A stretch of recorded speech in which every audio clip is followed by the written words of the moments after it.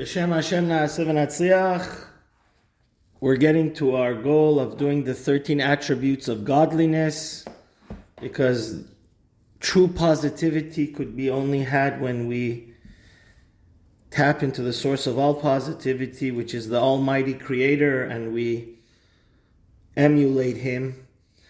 Number 6 is Rav Chesed, which means unlimited kindness.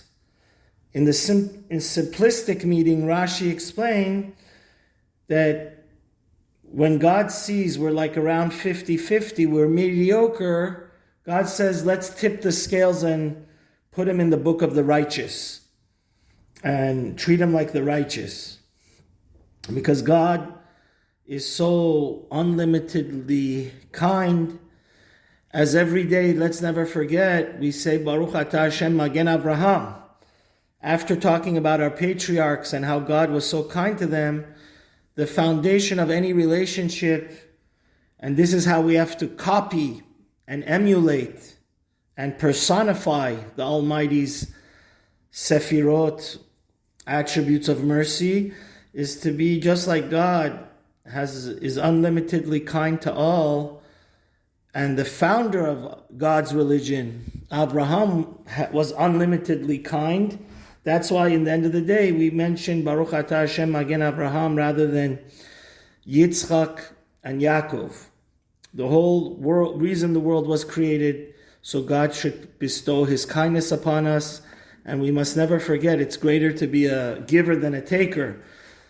The Tomer Devorah explains this on a Kabbalistic.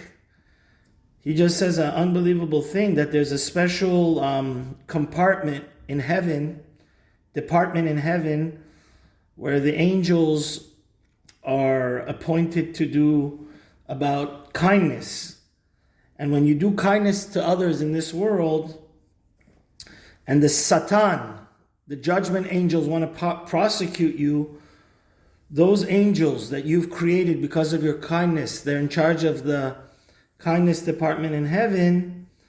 They tell God that because of your kindness, He should have mercy on the nation of Israel and your family and your whole life. Because God loves, there's nothing that God loves more than being a giver, because that's one of the ultimate hallmarks of God. He sustains the whole world from the smallest ant to the greatest elephant and whale. And there's a fascinating midrash Rav Moshe Cordovero brings, that when the temple was destroyed,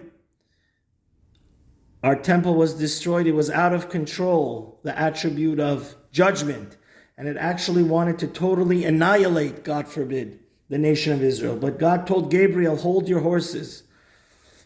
You do not have permission, because in the end of the day, the Jewish nation is a kind nation. They take care of each other. They go out of their way to do loving kindness for each other. So therefore, they don't deserve to be annihilated. Obviously, we can inculcate, practically speaking, that sometimes when we're angry at our friend, our sibling, our spouse, our child, we have to look at the good part that they've done. Every Jew has a positive, godly soul. And even though right now he may have done one terrible mistake, but let's remember the thousands of favors and good, positive actions this Jew has done. Our family member, our partner, our neighbor has done.